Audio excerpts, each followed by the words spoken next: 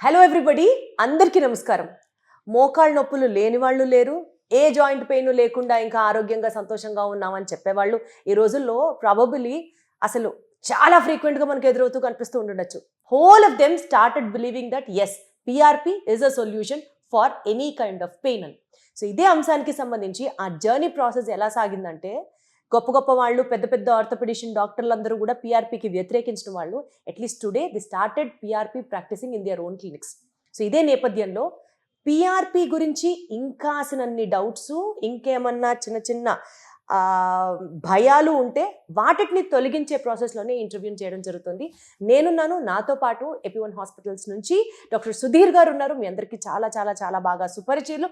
ఎందుకంటే the fight he did to promote PRP for the benefit of the patients is like outstanding. ఈ నేపథ్యంలో doctor Sudheer గారితో మరిన్ని విశేషాలు అడిగి తెలుసుకుందాం. హలో సుధీర్ గారు. హాయ్ అండి. ఎలా ఉన్నారు సార్? Good good. సో ఎన్ని హర్డిల్స్, ఎంత నెగిటివిటీ, ఎంత ఒక స్టార్మ్ ఆఫ్ అవుట్ బర్స్ట్ చూసారు కదా sir. How's it all no settled కొంచెం? అంతా అయిపోయింది. So everybody started believing it. So ఎప్పుడైనా కానీ మీరు మెడికల్లే కాదు, మీ జర్నలిజంలో తీసుకొని ఏదైనా ఇండస్ట్రీస్ తీసుకుని కొత్త ప్రోడక్ట్ ఏదైనా కనిపెట్టామనుకోండి, ఇనిషియల్గా హర్డిల్స్ అయితే ఉంటాయి. హర్డిల్స్ లేనిది అంటే ఒకటి, మనము ఒక దాన్ని ప్రారంభించాము, స్టార్ట్ చేసాము, ఉన్నదాన్ని తీసుకొచ్చి పాపులరైజ్ చేస్తున్నాము for the betterment of the human kind చేసినప్పుడు రాళ్ళు పడతాయి, మన మీద విష ప్రచారం జరుగుతుంది. కానీ దాంట్లో స్టఫ్ ఉంది, దాంట్లో నిజం ఉంది, దాంట్లో సైన్స్ ఉంది, ఎవిడెన్స్ ఉంది అంటే తప్పకుండా ఆ హర్డిల్స్ అన్నీ బయటపడి అది తప్పకుండా సక్సెస్ అవుతుంది. ఇదే స్టోరీ పిఆర్పి మీద కూడా జరిగింది ఇక్కడ మన ఇండియాలో, పర్టికులర్గా హైదరాబాద్. ఒకప్పుడు పిఆర్పియా అసలు అది వేస్ట్, పనిచేయదు అన్న వాళ్ళందరూ అట్లీస్ట్ ఇప్పుడు they started trying with PRP. So సిగ్నిఫికెంట్గా చాలా మంది ఆర్థోపెడిషన్స్ మన సిటీలోనే కాదు, 2 తెలుగు రాష్ట్రాల్లో కూడా, if you have to talk, people started propagating and practising this PRP. కానీ ఇక్కడ పాయింట్ ఏంటంటే, కొంతమంది అనే మాట ఏంటంటే, పిఆర్పి సపోజ్ మనం ఇప్పుడు ఎక్స్రే తీసాము, స్కాన్ చేసాము, ఫస్ట్ స్టేజ్, సెకండ్ స్టేజ్, మహా అయితే థర్డ్ స్టేజ్ వరకు ఏమన్నా పనిచేస్తే పనిచేయచ్చు కాక, బాగా మోకాళ్ళు అరిగిపోయి బెండ్ అయిపోయిన కాళ్ళని this PRP is never an alternative అన్నారు. Is it so sir? మీరు ఎవరైతే మీరు వినుండొచ్చు, లేదంటే ఎవరన్నా డాక్టర్ టీవీకి వచ్చి చెప్పుండొచ్చు. ఒక క్వశ్చన్ స్ట్రైట్ ఫార్వర్డ్గా ఆ డాక్టర్ని అడగండి. మీరు గ్రేడ్ 3లోనో గ్రేడ్ 4లోనో ఇది పనిచేయదు, గ్రేడ్ 1 గ్రేడ్ 2లోనో పనిచేస్తుంది అని మీరు అంటున్నారు కదా, మీరు ఎన్ని చేశారు? మీరు చేశారా? మీరు ఒక 1000 మందికో 500 మందికో చేసి మీకు ఆ పేషెంట్స్లో బ్యాడ్ రిజల్ట్స్ వచ్చుంటేనే నువ్వు మాట్లాడాలి, అదర్వైజ్ మాట్లాడు. ఇప్పుడు ఈరోజు పిఆర్పి నేను కొన్ని వేలు చేసి ఉంటాను, ఇప్పుడు రియల్గానే ఆ క్వశ్చన్కి ఆన్సర్ కావాలి నన్ను అడగాలి. రైట్. కానీ ఇప్పుడు ఏమంటారు, ఆ మెడికల్ ఎవిడెన్స్లో రీసెర్చ్ పేపర్స్లో గ్రేడ్ 1 గ్రేడ్ 2లోనే ఇది బాగా పనిచేస్తుంది, గ్రేడ్ 3 గ్రేడ్ 4లో పనిచేయొద్దని ఒక పాత పేపర్లు, మరి ఈ సర్ది పేపర్లు ఎప్పుడో ఉన్నాయి. ఎందుకున్నాయి అంటే, ఈ మెడికల్ ఎవిడెన్స్ గురించి మాట్లాడతారు వీళ్ళందరూ. ఎందుకున్నాయి అంటే, అటువంటి ఎవరైతే చేశారో వాళ్ళందరూ కూడా ఆర్థోపెడిక్ సర్జన్స్. సో సర్జన్స్కి జనరల్గా ఇంజెక్షన్స్ మీద సర్జరీ కదా, వాళ్ళు ఫోకస్ సర్జరీ. సో వాళ్ళు ఏమంటారు, ఇది గ్రేడ్ 1 గ్రేడ్ 2లో పనిచేస్తుంది, గ్రేడ్ 3 గ్రేడ్ 4లో పనిచేయదు. ఇంకొక చాలా ఇంపార్టెంట్ ఇష్యూ ఇందులో ఏంటంటే, గ్రేడ్ 1 గ్రేడ్ 2లో పేషెంట్స్ ఎవరు డాక్టర్ దగ్గర పోరు. నీ గ్రేడ్ 1 గ్రేడ్ 2లో అంత నొప్పి ఉండదు, ఉన్నా కూడా ఏదో చిన్న చిత్తగా మందులు వాడేసేసి వాళ్ళు తగ్గించుకుంటారు. కానీ గ్రేడ్ 3 గ్రేడ్ 4లోనే క్లినిక్స్కి ఎంటర్ అవుతారు.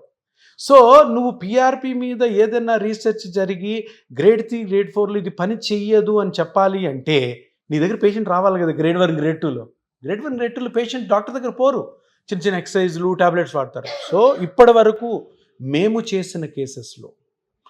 చేసిన థౌజండ్స్ ఆఫ్ కేసెస్లో 90% of the cases grade 3 grade 4 so grade 3 grade 4లో కూడా రికవర్ అయ్యారు. ఇస్ యువర్ కూడా కాదు, దాంట్లోనే చేసాం మేము. గ్రేడ్ 1 గ్రేడ్ 2లో చేయలేదు. ఎందుకంటే పేషెంట్స్ మా దగ్గరికి రారు, ఎవరి దగ్గరికి వెళ్ళరు.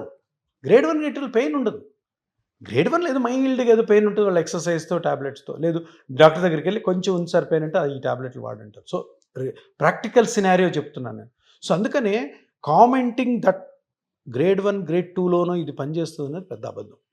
గ్రేడ్ 3 గ్రేడ్ 4లోనే నువ్వు ట్రై చేయాలా, గ్రేడ్ 3 గ్రేడ్ 4లోనే పిఆర్పి పనిచేస్తుందని ప్రూవ్ చేయాలి. ఇంకొక విషయం ఏంటంటే, గ్రేడ్ 3 గ్రేడ్ 4లో జనరల్గా ఎప్పుడు పిఆర్పి చేస్తాము, మేము వాళ్ళు ఆర్థోపెటిక్స్ దగ్గరికి వెళ్ళి సర్జరీ చెప్పినా కూడాను మాకు సర్జరీ వద్దు అనుకున్న వాళ్ళు మన దగ్గరికి వస్తారు. సర్జరీ వద్దు అనుకున్నారు వివిధ కారణాల వల్ల. మరి ఆ నొప్పి ఆ పేషెంట్కి నొప్పి ఉంటే ఆ నొప్పి తగ్గించే బాధ్యత డాక్టర్కి ఉందా లేదా? 100%. ఎందుకు పిఆర్పి చేయకూడదు? గ్రేడ్ 3 గ్రేడ్ 4లో నీకు సర్జరీ ఆప్షన్ ఉంది, సర్జరీకి వెళ్తావా? లేదు సార్ సర్జరీకి వెళ్ళరు. నా దగ్గరకు వచ్చి 100% పేషెంట్స్ ఇంత ఫైల్ తీస్తారు. దాంట్లో అందరు ఆర్థోపెడిక్ సర్జన్స్ ఉంటారు. వాళ్ళు వెళ్తారు సర్జన్ దగ్గరికి, పాప నమ్మకంగా వెళ్తారు. అక్కడికి వెళ్ళిన తర్వాత వాళ్ళు ఏమనుకుంటారంటే ట్యాబ్లెట్స్తోనో ఆయింట్మెంట్తోనో ఇంజెక్షన్తో తగ్గిస్తాను. సర్జన్ ఏమంటాడు, వద్దమ్మా మీకు సర్జరీయే కావాలి అంటాడు. సర్జరీ ఇష్టం లేదు. అప్పుడు నెక్స్ట్ ఆల్టర్నేటివ్స్ చూస్తారు. దాంట్లో బెస్ట్ ఆల్టర్నేటివ్ పిఆర్పి.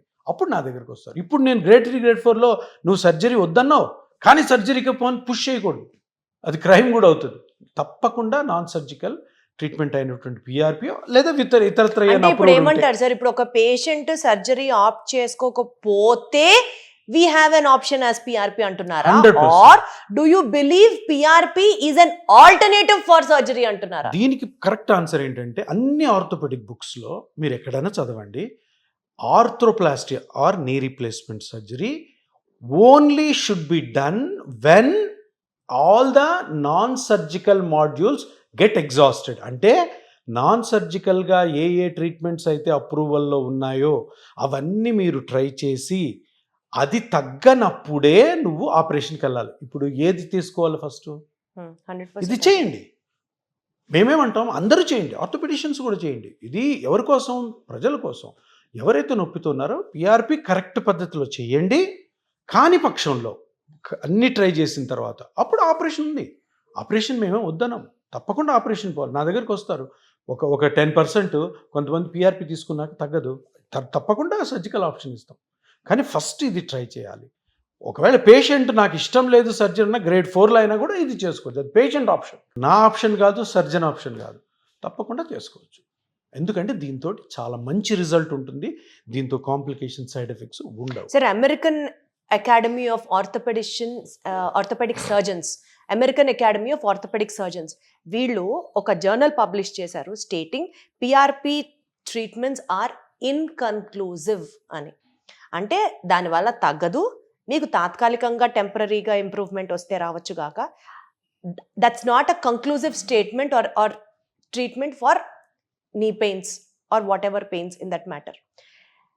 ప్రపంచవ్యాప్తంగా పిఆర్పి ఓకే అనుకుంటూ వాదించే వాళ్ళు ఉన్నారు. ఇంకా ఇలాంటి జర్నల్స్ పబ్లికేషన్స్లో ఇంకా పిఆర్పి మీద డౌట్లు పెంచుతూ ఉంటే అసలు నిజంగా ఒక డొమైన్లో నుంచినటువంటి పేషెంట్కి ఎప్పటికీ అది ఒక పెద్ద ప్రశ్నార్థకంగానే ఉండిపోతుందా సార్?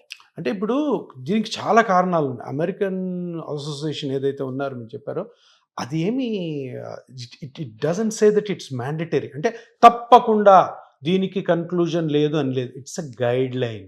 అంటే ఏం చేస్తారు వాళ్ళు, ఆ సొసైటీలో కొంతమంది ఆర్థోపెడిషియన్స్ కూర్చొని కొన్ని రీసెర్చ్ స్టడీస్ తీసుకొని ఆ రీసెర్చ్ స్టడీస్ ఆధారంగా వాళ్ళు ఏమంటారు, బాబు ఇది పనిచేస్తుంది కానీ దీని మీద ఇంకా ఎక్కువ స్టడీస్ కావాలి అంటారే కానీ తప్పకుండా మీరు పిఆర్పి చేయకూడదు గ్రేడ్ 3 గ్రేడ్ 4లో అని ఎక్కడ పాయింట్ మనం అర్థం చేసుకోవాలి.